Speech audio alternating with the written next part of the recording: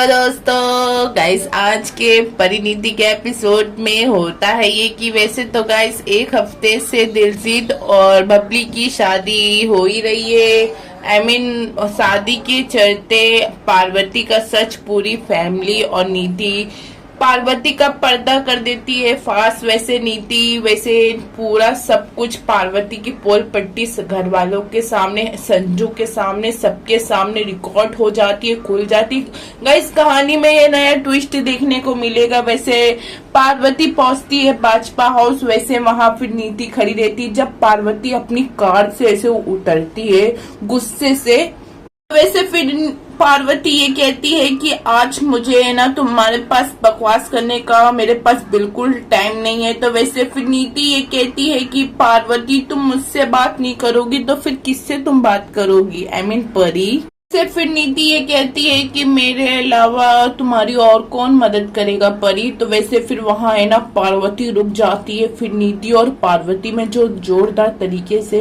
बात होती है, बात कम फाइट ज्यादा होती है। वैसे फिर पार्वती नीति की कोई बात नहीं सुनती, अंदर जाती है। तो वैसे फिर नीति ये कहती है कि बबली अंदर नहीं है और तुझे यकीन नहीं हो रहा तो देख उसका फोन मेरे पास है।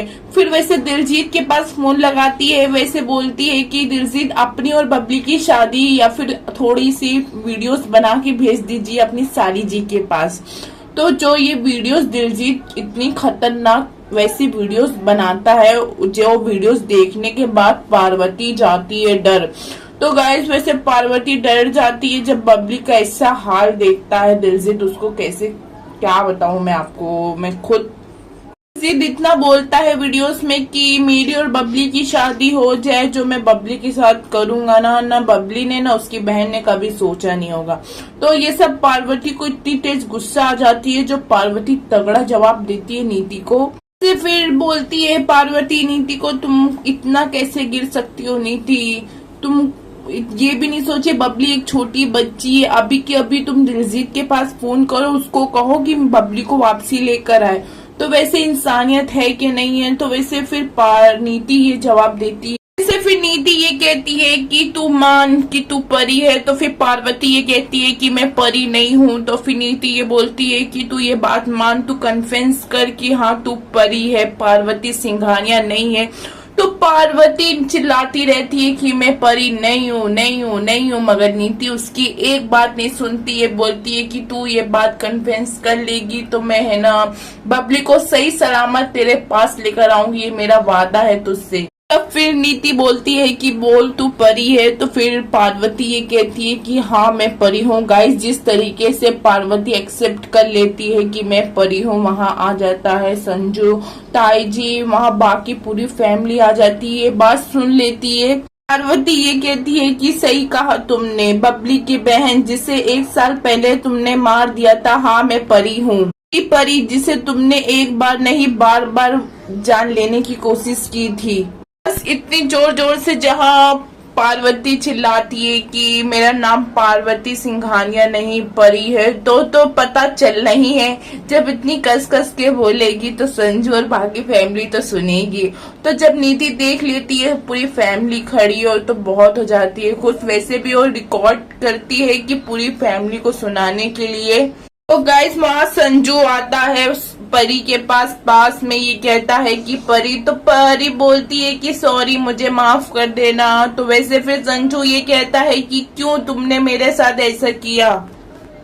संजू ये कहता है कि मुझे विश्वास नहीं हो रहा है कि तुम मुझसे झूठ बोल रही थी, इतने दिनों से तुम मेरे साथ खेल रही थी। से नीति ये कहती है कि मैं जो नीति थी ना आज भी मैं वही नीति हूँ। जो ये लड़की तुम्हारे सामने खड़ी है ये तुम्हारी परी नहीं है, बिल्कुल बदल चुकी है। वैसे तो इसका प्यार, इसका बिहेवियर, वैसे तो सबके सामने नई परी बन के आई है। तो न तुम्हारी परिवार है न तुम्हारे परिवार।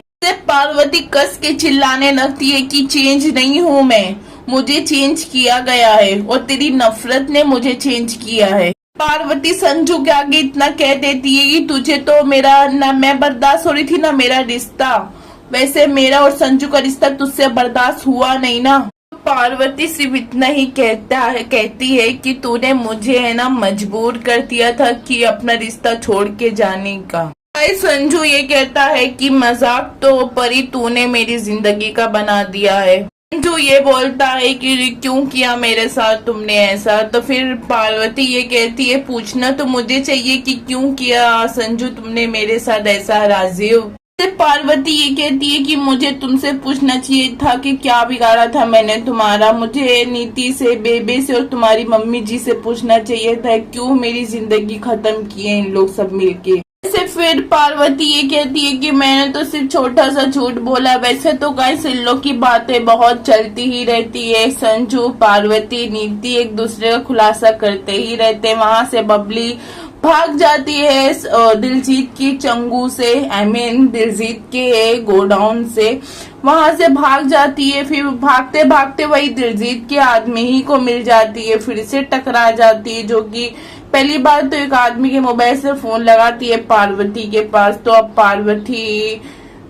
पार्वती का फोन आता है, देखती है, बोलती है अभी फोन उठाना इम्पोर्टेंट नहीं है, बबली को ढूंढना इम्पोर्टेंट है। तो वैसे हो यार, फोन ही नहीं उठाती है। फोन उठाती तो बबली को ढूंढ पाती ना, फोन ही नहीं उठाती है। मगर बबली फोन करते करते थक जाती है।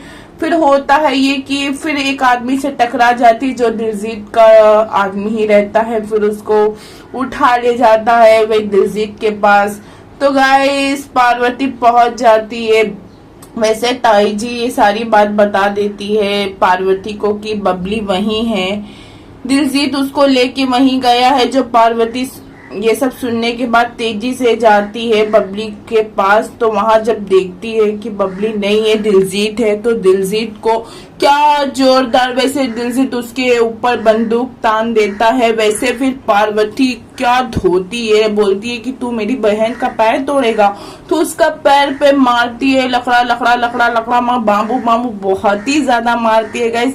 फिर वहां संजू पहुंच जाता है। वैसे तो गाइस यही सब पूरे एपिसोड में होता है। और गाइस यहीं तक की वीडियो है। आपको ये वीडियो पसंद आई हो